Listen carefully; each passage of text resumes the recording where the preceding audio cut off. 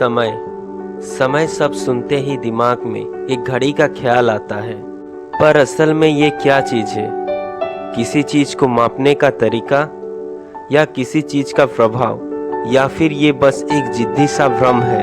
यही सब सवालों के जवाब जानने के लिए वीडियो को अंत तक देखें। तो चलिए शुरुआत करते हैं।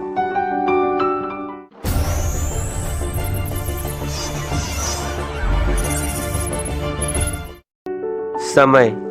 पहले जानते हैं कि ये क्या चीज़ है। समय लगातार होने वाला घटनाओं का परिणाम है जो अतीत से होकर वर्तमान तक और भविष्य तक चलता है। समय हमारे घटनाओं से जुड़ा है। बिना घटनाओं के समय का कोई अस्तित्व ही नहीं है। चलिए इस चीज़ को थॉट एक्सपेरिमेंट के सहारे समझते हैं। मान लीजिए आप आसमान की तरफ एक उड़ता हुआ चिड़िया को देख रहे हैं। चिड़िया का उड़ना घटना का होने का सबूत है। फिर आप अपने घड़ी को निकालते हैं और उस चिड़िया का उड़ने का समय को मापते हैं। फिर से आप उसी चीज़ को सोचें।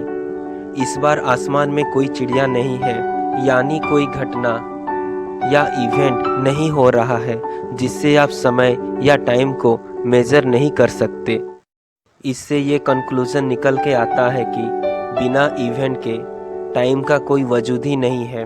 तो टाइम का शुरुआत कहाँ से हुआ था? साइंटिस्ट मानते हैं टाइम का शुरुआत बिग बैंग इवेंट के बाद से ही हुआ था। बिग बैंग स्पेस में हुआ एक बड़ा सा धमाका है जिससे यूनिवर्स और टाइम का शुरुआत हुआ था। अब तक के सबसे छोटे टाइम को हम प्लैंक टाइम कहते हैं, जो सबसे छोटा स्पेस का फैलाव को दर्शाता है, और उस टाइम का वैल्यू है करीब 5.39 इंटू 10⁻⁻⁴ सेकेंड, जिसे जर्मन फिजिसिस्ट मैक्स प्लैंक के नाम से रखा गया है। 20वीं सदी तक कई सारे लोग जैसे गैलीलियो, न्यूटन, सबका मानना यह था कि टाइम सबके लिए हर एक जगह पे एक ही होता है, यानी टाइम अब्सोल्यूट है। मतलब यह है कि आप यूनिवर्स के किसी कोने में भी जाएं, टाइम कभी चेंज नहीं होगा। पर असल में ऐसा नहीं होता। टाइम अब्सोल्यूट नहीं बल्कि रिलेटिव है। मतलब टाइम कुछ इवेंट के साथ टाइम का रेट बदल सकता है। आइंस्टाइन का थ्योरी ऑफ रिलेटिविटी टाइम का ऐसा ही नेचर को समझाता है। एक एग्जांपल लेके रिलेटिविटी को समझते हैं। थ्योरी ऑफ रिलेटिविटी दो पार्ट में है, एक स्पेशल थ्योरी ऑफ रिलेटिविटी और दूसरा जनरल थ्योरी ऑफ रिलेटिविटी। पहला पार्ट को समझते हैं। दो ट्विंस हैं, नील और नितिन। नील ने धरती पर रहना चाहा और नितिन ने स्पेसशिप के सहारे स्पेस घूमना चाहा, और नितिन का स्पेसशिप लाइट का स्पीड के करीब है। कुछ सालों बाद जब नितिन वापस आता है तो देखता है उसका भाई नील बुढ़ा हो गया है। मतलब ये है कि आप जितना फास्ट मूव करेंगे आपका टाइम उतना ही स्लो हो जाएगा। इसी तरह अगर आप किसी स्ट्रॉन्ग ग्रेविटेशनल फील्ड जैसे ब्लैक होल के आसपास लंबे समय से रहेंगे तब आपका टाइम भी धीमा हो जाएगा दूसरों के मुकाबले जो धरती पर रहेंगे। प्रैक्टिकली देखा जाए तो ग्रेविटेशनल फोर्स टाइम को स्लो कर देता है।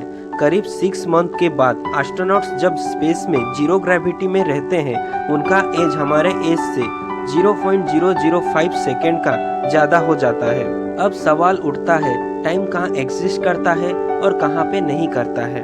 टाइम यूनिवर्स के हर जगह पे एग्जिस्ट करता है, बस उसका रेट ऑफ फ्लो अलग होता है। टाइम बिग बैंग इवेंट से पहले सिंगुलैरिटी में और क्वांटम दुनिया में एग्जिस्ट नहीं करता है। हम सब जानते हैं टाइम को हम लोग क्लॉक के सहारे मेजर करते हैं, जिसका इंटरनेशनल स्टैंडर्ड यूनिट होता है सेकेंड। पर आज के हमारे मॉडर्न टेक्नोलॉजी के हेल्प से हमारे पास क्वांटम क्लॉक है, जो कि 37 टाइम्स मोर एक्यूरेट होता है हमारे ऑर्डिनरी क्लॉक से। वीडियो अच्छी लगी तो सब्सक्राइब करना ना भूलें। मिलते हैं नेक्स्ट वीडियो में, जहां टाइम ट्रैवल और उससे जुड़े पैराडॉक्स के बारे में जानेंगे।